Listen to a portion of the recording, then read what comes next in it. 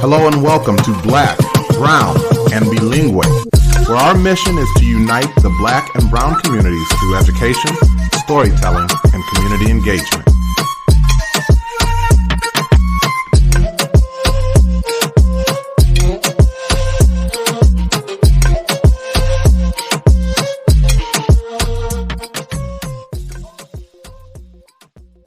The vision of Black, Brown, and Bilingue is to be part of creating a world in which Black and Brown identities are affirmed, bilingualism and biculturalism are nurtured, and equity is the driving force behind all that we do. Hello and welcome to another episode of Black, Brown, and Bilingue. We are just jumping for joy about our conversation today. We have a great guest with us. His name is Dr. Cristobal Salinas. And again, we're going to have a great conversation. But first, we want to tell you just a little bit about Dr. Salinas. He is an associate professor in educational leadership and research methodology at Florida Atlantic University. And his research promotes access and equality in higher education and explores the social and political context of education opportunities for historically marginalized communities. Dr. Salinas is the founder and editor-in-chief for the journal committed to social change on race and ethnicity. He has published over 22 peer-reviewed articles, co-edited 5 books, and over 27 book chapters. Thank you so much for joining us today, Dr. Salinas. Thank you for the invite. I'm excited to spend the next hour with, or as long as it takes with.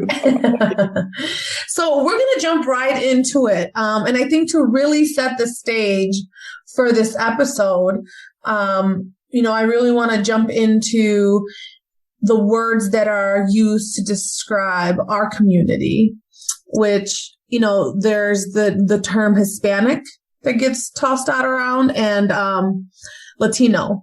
Can you give people that distinction? Can you help us to differentiate between Hispanic and Latino? Yes. So that's, a conversation that people still struggle with, right? And what I mean struggle is, what is the difference? Because both of the terminology is used back and forward. So the way that we understand it, the way that we use it, it's to challenge what the USA Census has done. Right. So Latino defines individuals of Mexico and Latin American Caribbean heritage living in the United States. Right. And includes people that countries that don't speak Spanish as well. Right. So if we think about Hispanic, it includes people from Spanish speaking countries, but excludes Brazil, French Guiana, and Suriname and Belize. But Hispanic also includes other like Spain and other Spanish-speaking countries and Africa, right? While Latino excludes countries outside of the Americas. I just learned something. So that's the easiest way to describe it, right? And again, it's differentiated of how the USA Census defined it. I think in education settings, in sociology, psychology, education, history, and geography, we differentiate the term to provide more context and be more descriptive of our communities. Would you argue, just a quick follow-up on that, would you argue that there is social, cultural, or political context to those two words being used, right? And you know where we're headed, but let's start with just those two words between Hispanic and Latino. Is there a social, political, cultural significance placed on one word or the other? That's a phenomenal question. And I get asked that question often, right? And the way that I conceptualize, the way that I think about it is how terminology creates hierarchy. How the United States has created this terminology to manipulate the data, right? Because when we create this terminology, it creates hierarchy. In the hierarchy, there has to be an oppressed and a privileged group, right? So when we think about how the data is utilized, we're not a race, we're an ethnicity, right? But I mean, it gets more complex than just that. So to answer your question, yes, I think there's a political meaning behind. I think there's a lot of politics involved and how the United States government has continued to oppress our communities, right? And I mean, we can look back in the USA Census in 1980. It was when the first time the term Hispanic was used. And then in 2000 is when the term Latino was used, right? So again, it's been added by the USA Census, by the USA government. And one of the questions that we could ask as well is, why are we not Latino American or Hispanic American, right? One of the things to think about, are we not American enough? But again, depends where you learn geography, because this plays a significant role of how, let me ask you this question. How many continents are there? 7. In some countries, we learn that there's 6, right? Because we just count as the Americas as one.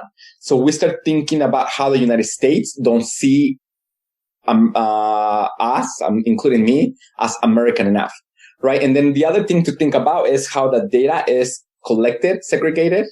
And then when we look at the USA Census, we have the races, right? And then we have ethnicity for Latino.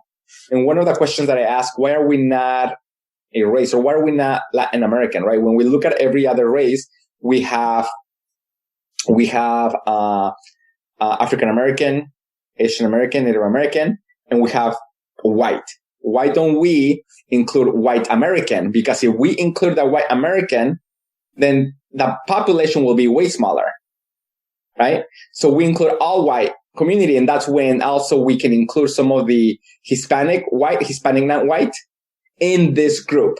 But every time we use Hispanic white or Hispanic non-white, we're still centering whiteness in this terminology. So it's getting very complex, but so to answer your question, yes, there's a lot of political meaning behind and a lot of significance that it's not often discussed in our communities.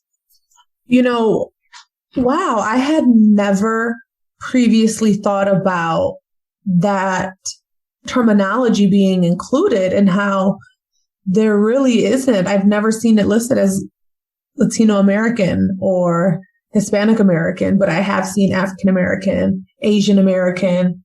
So I think that's a really compelling argument. Wow. I also just learned something new.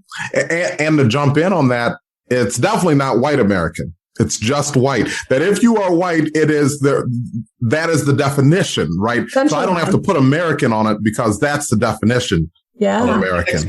It's expected.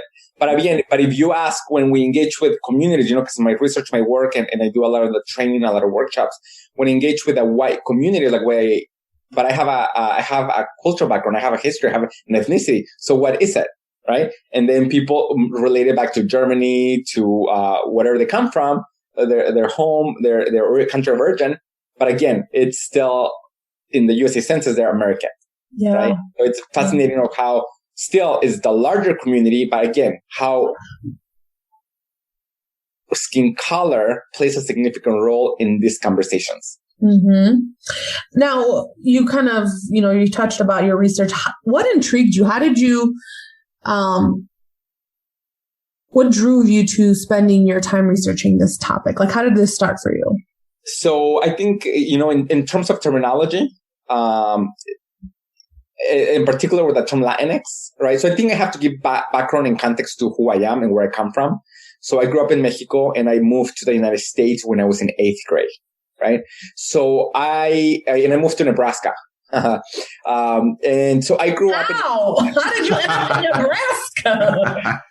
About that, yeah. I mean, it's home. I love my home state. It's Nebraska. It gave me so much, but I also understand that I grew up in an ideology of whiteness, with an understanding that everything and everyone, every holiday, every culture, the curriculum is white, right? But I am not white. So that gives context of, in Mexico, I grew up just being Mexicano, being Mexican.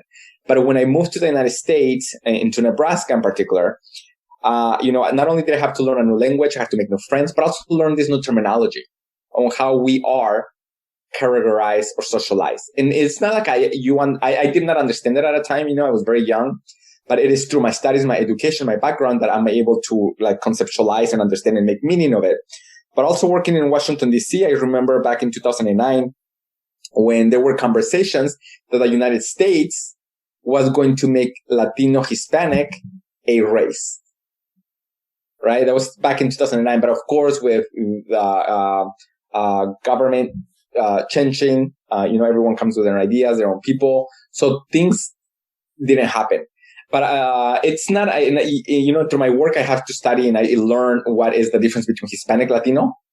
But I think also the other thing that I think about is how terminology, it's advancing, right? And I don't know if terminology is advancing. I think we are advancing terminology. We are moving forward terminology to catch up, to express our lived experiences, to catch up with our identities and who we are, right? So, and I didn't necessarily study that terminology, right? It just came to be part of my work with my studies as I study Latino, Latina, Latinx, Latina communities. That's how I started in higher education in the United States. But in 2016, I believe, I was called Latinx.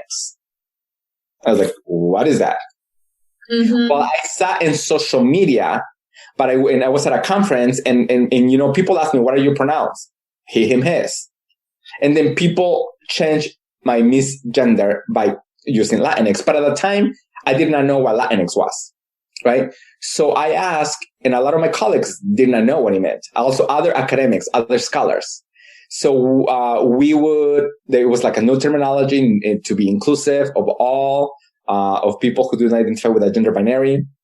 And, the way that I came to understand it, and I still understand it, but my thinking has changed with my research. So that's how I started doing this research, because people were calling me Latinx, but I did not understand what it was. So I started doing research on that what it is, not the who it is. Because when we use it as an identity, it becomes, when we label someone, it becomes an identity, right? So I was very triggered by what it meant and where's it rooted from? Why is it that we are using a terminology without knowing what it means? So that really has led me to do this research on the term Latinx and what it is.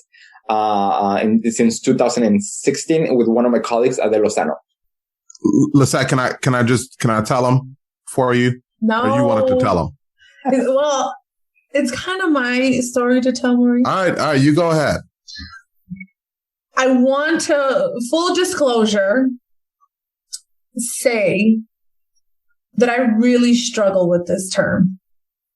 And I struggle with it not because I don't think we need to be more inclusive. Like, if you're like non-binary, that's fine.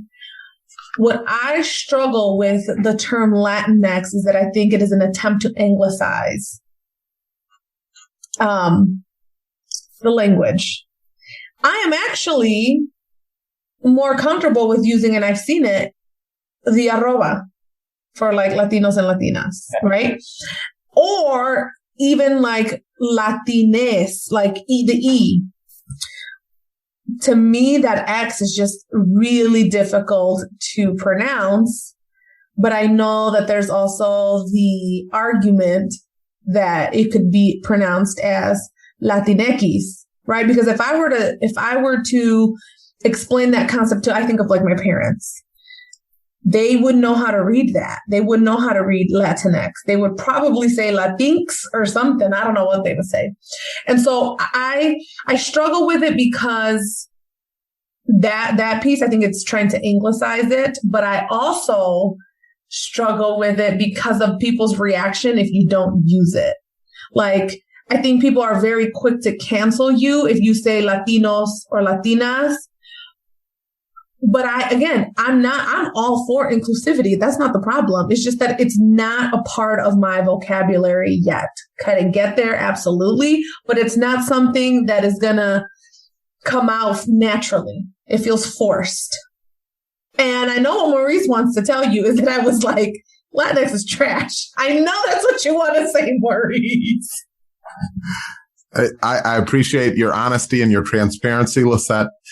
In preparing to talk with you today, Chris, she was like, Latinx is trash. And so I was going to write a question.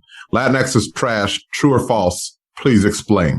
So now that we've gone ahead and said it, can you please help us to understand? I am a Spanish language learner.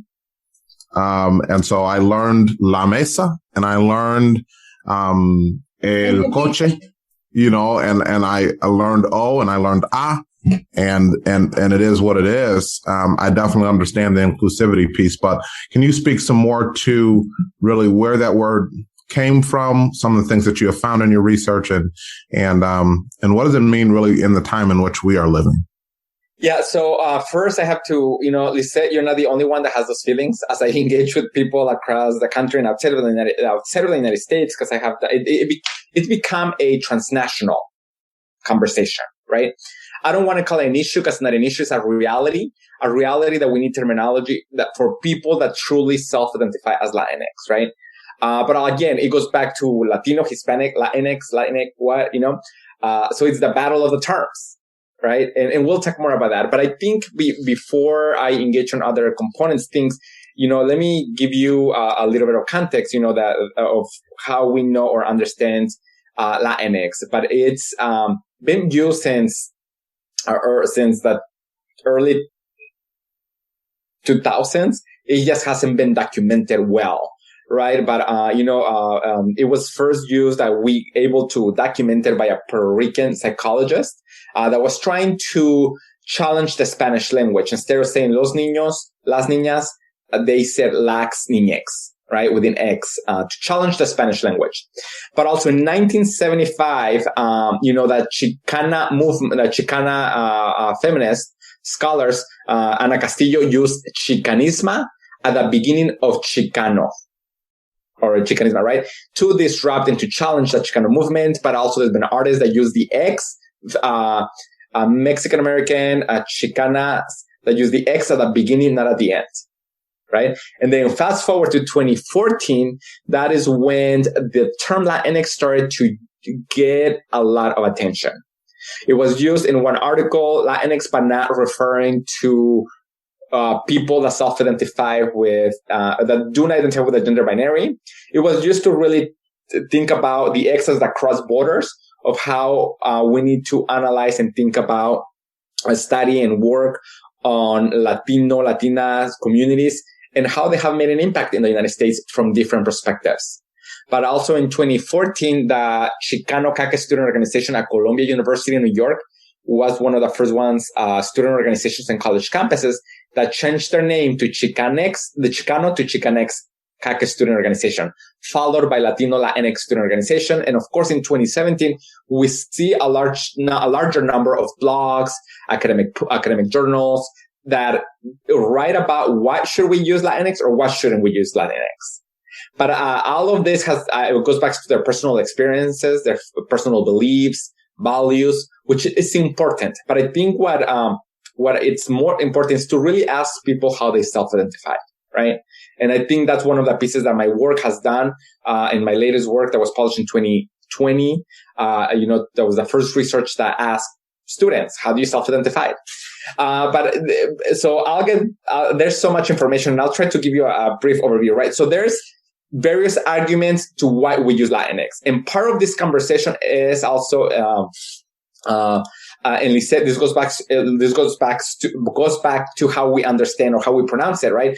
And Maurice, you also talked about the Spanish. So linguistics, it's also involved in this. One of the questions that I want to ask you before I give you all this context, how do you say Latino, Latina in English? Latino, Latina. I don't know. That's how I Latino. Well, yes. So So again, when I ask this question, people will say Latino, Latina, or Latinx. Well, congrats. All of us are, if you use Latino, Latina, you're a Spanglish speaker, right? Because you use that terminology. But if we look at the USA Census, Latino, right, by the USA government, Latino is the gender neutral in English form. But if we look at Old English, is Latin or Latin American? Right. But again, it goes back to the argument, why don't we use American anymore? And also we don't use Latin because it is a language too. So there's a lot of things to unpack. So the other thing that I think that when we look at the literature review is that Latinx is grounded in the Spanish language, because we know that the Spanish is a gender language. However, the X works both in English and Spanish. And we have done a beautiful job in making the arguments. But what we haven't done an argument is how the X works in different in countries that speak other languages. Like, for example, Belize, Brazil, Portuguese, French Guiana, and Suriname. In particular, in Portuguese, the X is pronounced in 8 different ways. Right? So when we think about Hispanic and the term Latinx, in a sense, from the linguistics perspective, they do the same. They aim to erase people from Belize, Brazil, French Guiana, and Suriname. So it might be geographically inclusive, but linguistically or phonetically exclusive. So that's one thing to think about, right? Yes. And that was my initial gripe against it, is that. Oh, listen, I have more for you. Okay, come on, go. So, and then we start seeing people capitalizing the X at the end. And then if you look at, or like in the 2017s, 2018s, people will start asking, how do you say Latinx in plural? Do you add the X or do you not? Is it Latinx or Latinx? Like, is it an S or no S to add the plural? So now you're seeing people adding the S, but before we were not adding the S. Right. And then, so the other argument that we have seen in academia is that the Latinx, the X in Latinx is grounded on indigenous communities. But every time we indigenize the terminology Latinx, it is Mexicanized, because it's always connected to Mexican indigenous communities such as the Aztlán, Nahuatl, and Zapotec. But we have to remember also that in Latin America, there are 37 language families, 448 languages, and 70 of them are unclassified. But going back to the indigenous communities, there are indigenous communities that do not use the X in their alphabet, in their language. While they can pronounce the sound, they don't have it. So, for example, we have the Quechua, Garifuna, Purepecha. They don't use the X in there, and there's more indigenous communities. So when I engage with people that self-identify or are from those communities or their ancestors are from those communities, I like, don't call me Latinx because my indigenous communities don't have an X. Yeah. So that was another like super. Like what we've been using it wrong, and I critique my own work. As in my earlier work, we make the argument how the X is grounded in indigenous communities because the Nahuatl language uses the X a lot. In some Nahuatl communities in Mexico, we have muches, and muches is spelled M-U-X-E-S. And you see the X again, but also muches is an individual. It's an honor to have a much. It's a third gender.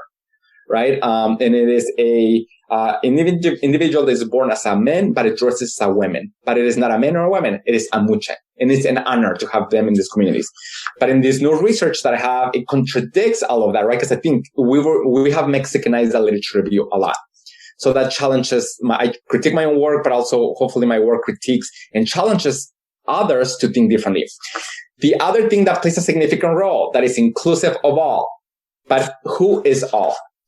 So when we look at the literature review, people say is to gender neutralize, is to, of course, to engender the Spanish language, is inclusive of the LGBTQ, is inclusive of transgender, queer folk, gender neutrality, gender inclusivity, gender queer, non-normative gender, non-conformity gender, gender non-specific, gender free, gender neutral, non-binary, gender queer, gender fluid, and trans, right? So again, you can see the terminology. It's evolving, it's changing. But when I really think about Latinx, then I think that we are confused on gender and sexual identity based on this terminology. Because as I engage in this research and I do this research, we need to think about how is Latinx misgendering or gendering people? Because I have, engaged, and the research tells us that there's trans people who do identify with a gender. We have Latina transgender women and Latino transgender men, and they're saying, do not call me Latinx because I'm a Latina or I'm a Latino. But also, this is a big piece that we also have transgender non-binary people. And they say, yeah, I am Latinx, right? So this plays a significant role, and we have to start thinking of who are we inclusive of and how are we using that language.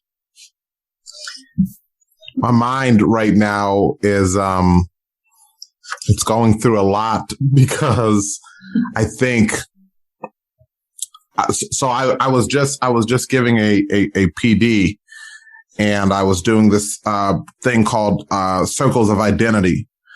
And in these 6 circles around your name, you put these different identities. And so on 2 of mine, one was cisgender male, the other one was Black. And I made the comment that I would not change either of those.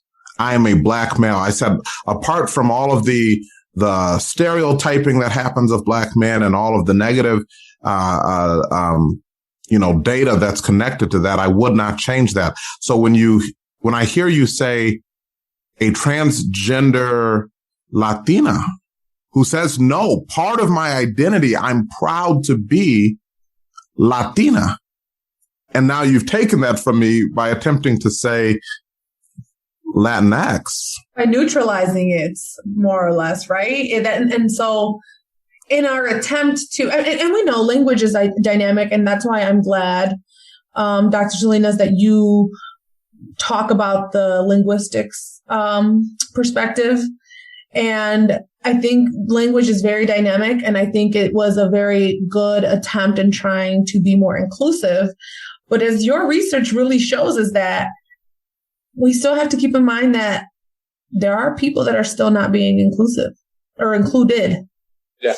So there's a lot of ways that we can think and analyze it. One of the other things that I think about it is, well, the terminology, or this term in particular, like Hispanic, Latino, Latinx, they can create a lot of tendencies between our communities, but they also do something beautiful. They create unity, right? Because we've been divided, and we also connect to this terminology at one point because we know that we are part of this larger community, right? So we learn to adapt to that. Mm-hmm. But the other thing to mention to this is, and Maurice, you mentioned you're self-identified as a gender Black male. One of the things that I think about is we as a Latino, Latina, Latinx community, and other terminology, because I'll give you more, there's more how people self-identify. We have so much to learn from that Black African-American community, because this terminology change is nothing new. The Black community has been through it, right? Other communities have been through it. So we have a lot to learn from your community from this, right? And I think that, but we're still struggling on what it means because it's most recent. But one of the things that I think about is it's so painful because for people, when people get offended, because it's talking about people's identities, right? The other way, it's really easy to this. I think it's kind of cheesy, like the example that I'm going to provide you. Probably not the best example, but it's so simple. People get offended when we misspell or mispronounce their names, right? I got my PhD from Iowa State. And being at Iowa State, I don't know why, but people confuse Iowa and Ohio a lot. And I know people from Iowa will get offended if they said Ohio, right? So if the people get offended by mispronouncing their states, I mean, it's fair, and they should be. People should get angry and upset because we're misgendering them, right? So that's one thing. But the other thing that I think about to add and complicate this conversation, Lisa, you talked a little bit about USA centricity, right? Mm-hmm. So that is something else that it comes in the research, that we think about it, how it has become a USA centric term. that because in Spanish-speaking countries, we have Latine, and we've been using Latine since the 1980s, 1970s. So it's nothing new for a lot of our communities, but rather we are seeing Latinx as a USA-centric term. As I travel and I collect data and engage on research outside of the United States, people did not relate it to Latinx. They did not know how to pronounce it. Rather, they self-identified or used the terminology with Latine, Latino, or Latini, right? So the alteration of the other vowels. But one of the, in research tell us, and, participant, Latino, from the research of Latino students, one of them said to me, I don't understand why we're trying to use a term, or why people are trying to use this term when we as a community don't even know what it means, right? Yeah, and I will say that's also a big, not concern, but something that, like, within my circle, like, people my age really were like, what does that even mean? Like, when I asked, like, do you identify as Latinx? They're like, what? What is that term? And I wondered to myself, I'll be honest, is it like an elitist thing, or is it like a classist thing? Is it because a lot of other people that I know and grew up with, they're like, I've never heard that word before. What are you talking about? It reminds me of one time I had somebody attempt to correct somebody when they'd called me black, and they, are you kidding me? It's African American. And I was like, no, it's not. I'm black. I'm a black American. And so again, I think it goes back to just that how do you identify? And I guess the problem though is that it's also a word that is used to talk about an entire community, right? And so it can't all be personal. So how do we safely, right, talk about community, and try to avoid that offense that you've referenced, Yeah, there's so much. And as I hear you both speak, I could go anyway, right? But let me start with the elitist, because I think that's also important in relationship to the USA-centric term. Well, we know that this terminology is mostly used in higher education spaces with highly educated people, right? And as I went to collect data outside of the United States, people that use Latine, Latini, or Latino were also connected to higher education institutions, universities, and colleges. So there's something to say about, yes, this terminology is often and mostly used within people, communities that have access to higher education, but also is used a lot within activist communities. And that's another argument. Who came up with the term for us? Activist communities and or higher education, right? And I haven't done enough work on that, but that's another conversation that people are or have engaged. But I think that it's so important to this is in how we engage with people, and someone who should be in this conversation, should be centered in this conversation, should be Boricuas, Puerto Ricanos, all right? Because when I was collecting and for various reasons, right? Because as territory of the United States, by law, they're required to speak and learn both languages in the K-12 in their educational system. Their law says that Spanish and English is their languages, while in the United States we don't have an official language, right? Well, they do. So I think that's something else to think about, how they should be centered in this conversation to make meaning of how they use it and understand it. But when I was collecting data for research and I was in Puerto Rico, I asked a historian and I asked, have you heard the term Latinx? And her response was, here we go again. The United States coming to contaminate our language, just like you all have contaminated our land and our politics. So I stopped asking questions about Latinx, right? But it was so important. It was so important for me, because it gave me an understanding that not everyone wants to engage in these conversations, right? Because they identify in one way. Yes. And so I think ultimately for just me, people can identify. I have no problem with people identifying as Latinx. my bigger issue is when I'm being told to identify as Latinx when I go to describe myself, or if they treat me as if I'm not inclusive or that I'm closed-minded, when that couldn't be further from the truth. It's just not a word that is heavily ingrained in my vocabulary. Yeah, and that's something else that we know from the research, right? That people feel that they're being policed if they don't use this terminology, right? In some spaces, they said, I have to use this terminology or Latinx in this space, but I don't understand it. I don't identify with that terminology. I know what it aims to do, but I am not Latinx, right? I want to use it for people that self-identify for Latinx, but I am not. So why are they calling me Latinx? But they still feel policed in some spaces. So I think that's also something important to really understand of how this evolves or engages.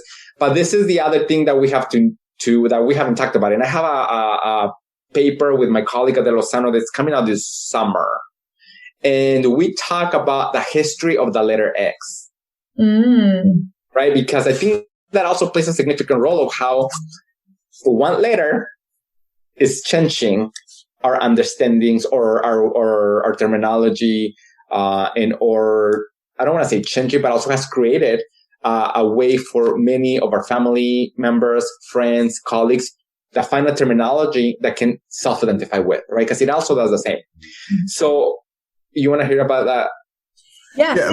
Let me just say one thing, because it goes right with what you talked about with the policing.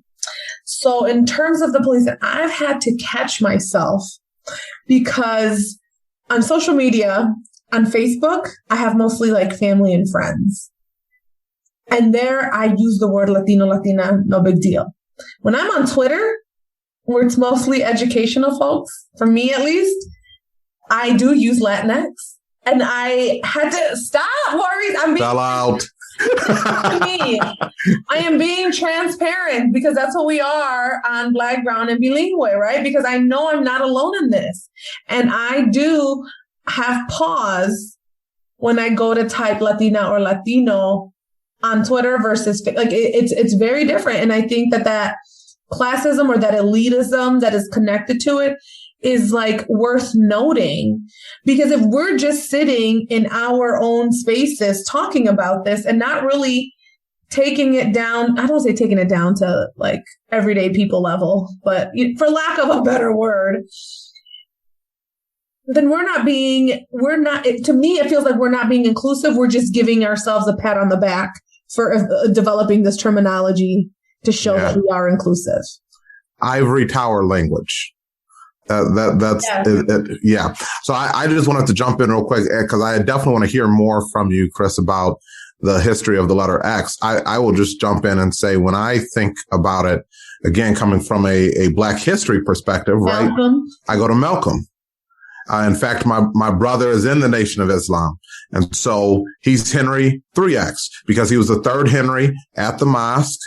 And that X says, listen, my name is not really McDavid. Not if you go back generations, right? McDavid was the name that of a slave owner of my great grandfather on my daddy's side. And so I think instantly of that, but I wanted to throw that in there and maybe you'll speak more to that. I mean, there's so much, right? We can stay here 24 hours if we wanted to.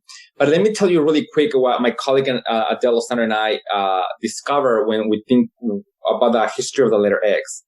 It was formed when medieval Spanish scholars were translating the Arabic word al-shan, which in English means the thing, right? But it can also signify the unknown thing or the unknown something.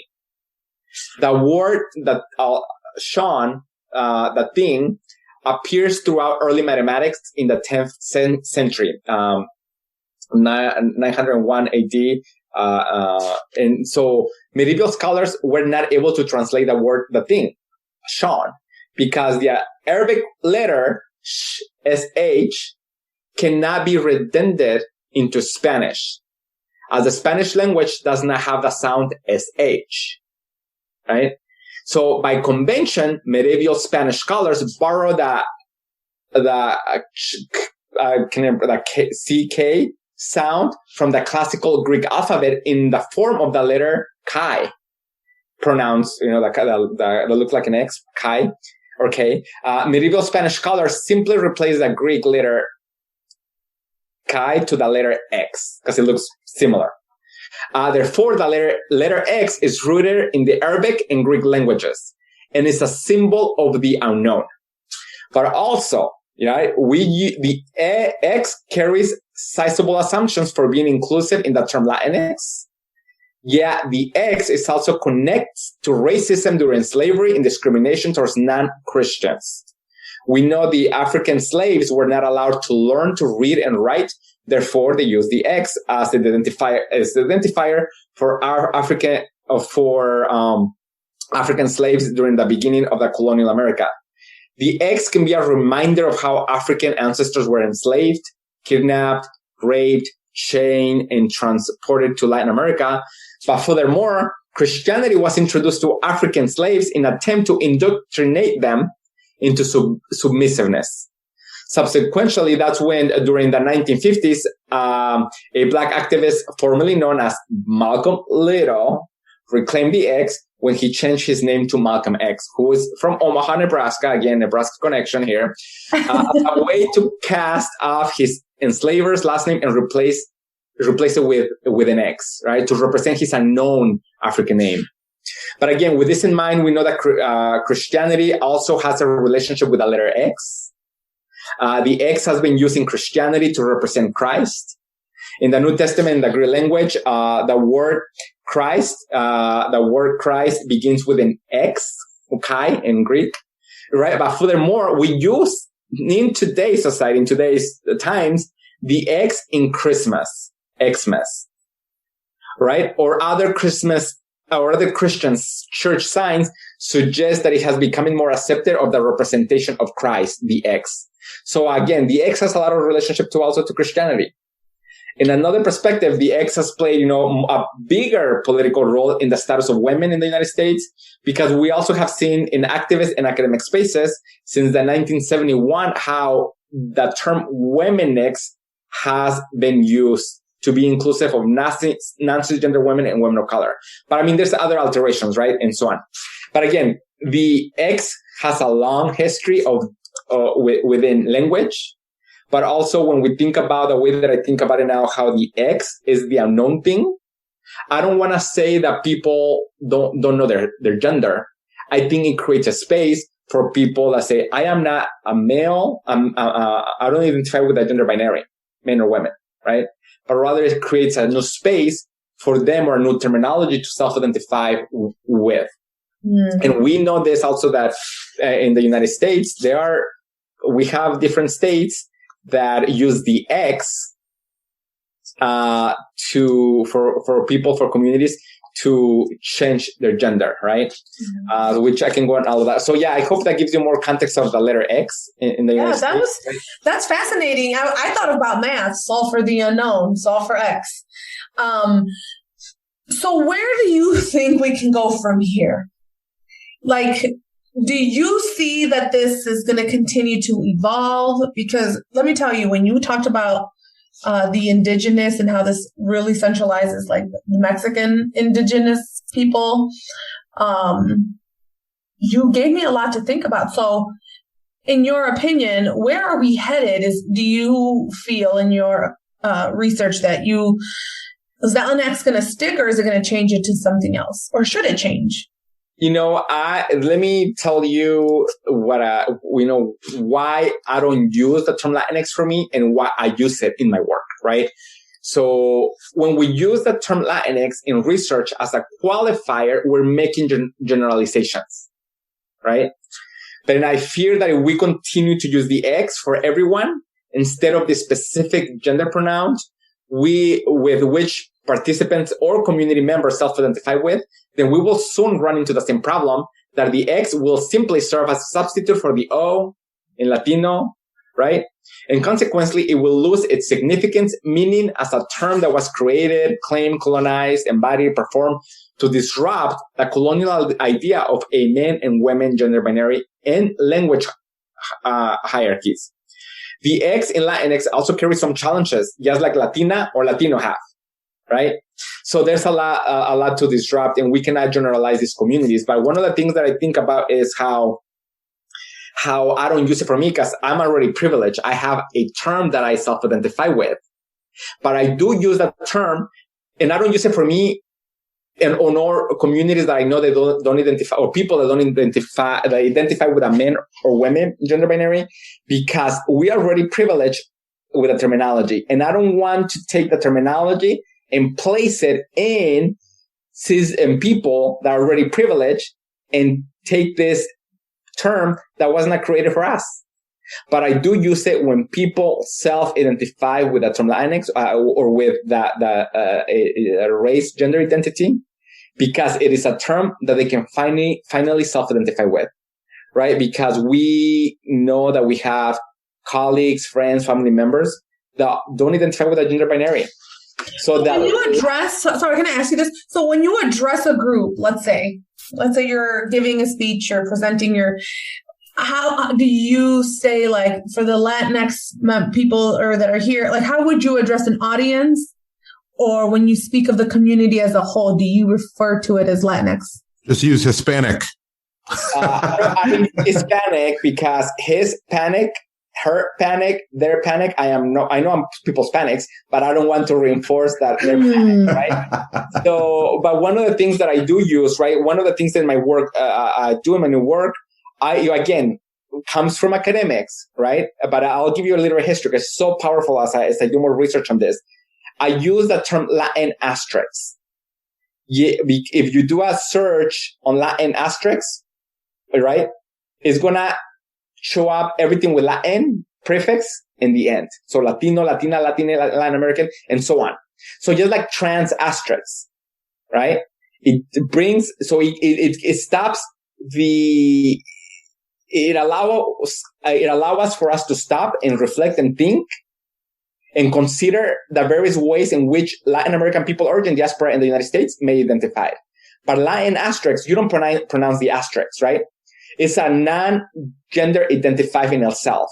It creates a space that encompasses gender fluidity and identity labels that already exist, as well for all of those yet to be included in the mainstream vocabulary.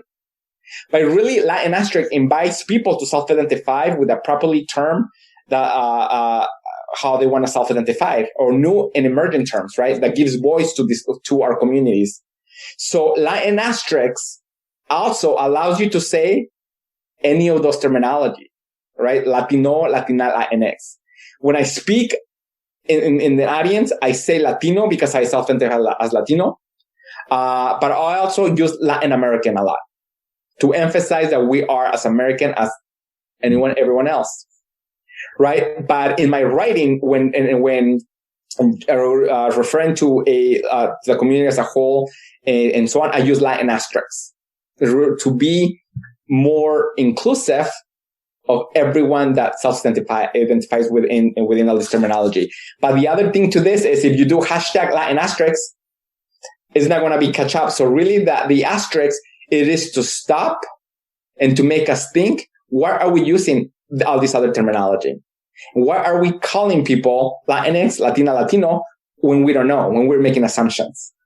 So in research and educational systems, and even in when we collect data, we need to ask people, how do you self-identify? Right? So when people put like she, hers, her, what is hers? She, her, hers. Yeah. I'm going to start putting Latina. Correct, right? Because we make the assumption that those pronouns go with Latina, right? Mm-hmm. But again, and then him, his with Latino. Mm-hmm. They, them, we can be Latinx, Latine, Latini, Latino, right? But the thing is, with that example itself, it involves to combine Spanish and English. Again, the two mainstream language that we use in the Americas. So, pregunta para ti. Si estás presentando en español, ¿dices la comunidad latina o la comunidad Latin Asterix? Comunidad latina. Okay. And how far does it go, right? Like la cuchara, la mesa. Like how far does this extend? And I know that sounds those are bad examples, but we, se usan los artículos en español. La. So how far does it go? I guess is my question. I think it goes back to how far do we want it to go, right? Because I think people, I have seen work that people are changing, right? So really, this terminology disrupts binary notions of gender, and it's in nouns for individuals who do not identify with a gender, with a binary women. But one of the things that I do know is that considering the language has history, and history should not be deleted, we must remember that this terminology exists for us. We don't exist for them, right? Mm-hmm. But we as a people, as community, we create this terminology, these labels to express our own realities, and we should not let them create our realities, this terminology. So I think that's something else that it's really important to think about, how terminology is creating a space for us to express who we are, right? And how far can we go? It's like, how far are we willing to go? But part of these conversations, it is painful. It is, right? Because we're speaking about people's lives, people's identities.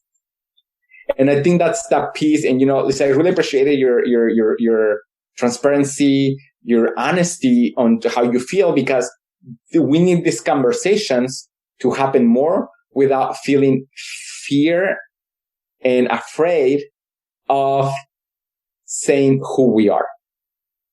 But also we need to respect and understand how other people self-identify. Definitely. 100%. So thank you, Dr. Cristobal Salinas. I just greatly appreciate. I've learned. This hour flew by. You're not kidding. We could spend 24 hours doing this. For real. I've learned so much, and I think one of the things really, Lisette and I offered some professional development earlier this year on language, and I think you've spoken to just the complexity of language, but also the fluidity of language. It is consistently changing and adapting and evolving to fit us, right? And the time in which we're living. So again, thank you so much. Continue to do this phenomenal work. We will continue to look for your TED Talks and your articles. It is our tradition here at Black, Brown, and Bilingual to ask our guests to share with the listeners one thing. What's the one thing you would want them to walk away with today, as they have made it this far in listening to our podcast? Oh my gosh, that's such a big question to do, right? So, well, one, I have so many things. And as we engage in this conversation, I think about knowledge is often changing. And as knowledge changes, we're changing with knowledge. But part of my work, I am, one of the things I want to clarify, I am not that Latinx police. I get a lot of calls from news, from academics, from different people. How do we use the term Latinx? What is the term Latinx, right? And I think use it however you want, not however you want. Use it to be inclusive, but provide a definition, because a lot of people don't know what it means, right? So that's one thing. The other thing is that part of this conversation, so my work, it is about complicating ideas and really finding answers, right? So I encourage all of us to be okay with being uncomfortable and really asking and thinking about what is our privilege and why do we feel uncomfortable. But also for non-Latinos, Latinx people that use this terminology, I encourage all of you to start thinking about what stereotypes, understandings do you have about this community, right? And why? And why do you have those stereotypes? And why are you using this terminology? The other thing I tell people is always it's better to ask than to make assumptions. So it's better to ask, how do you self-identify in your gender? And people have said about it's obvious to say, well, you're making assumptions, and that's normal for humans to make assumptions, right? We know, but it's better to ask than to make assumptions, right? And to conclude, I think about how Latin suffix results as a USA-based set of identifiers, which requires the particular set of social political context, relationship, and a specification of gender to emerge. The term Latino and sequentially all iterations like Latina, Latine, Latinx, Latin Asterix are and will become more accepted internationally due to the United States imperialism and neoliberal-driven globalization. So the way to conclude this and to think about this, do I think about the term Hispanic denotes the past, Latino encapsulates the present, Latinx indicates the need of inclusivity and change among language, and Latin asterisk challenges assumptions and opens up possibilities for the future. Incredibly well said. Thank you so much for joining us on Black, Brown, and Bilingual. We have learned so much. I'm Lisette Jacobson. And I'm Maurice McDavid. Muchas gracias for tuning in. Adios.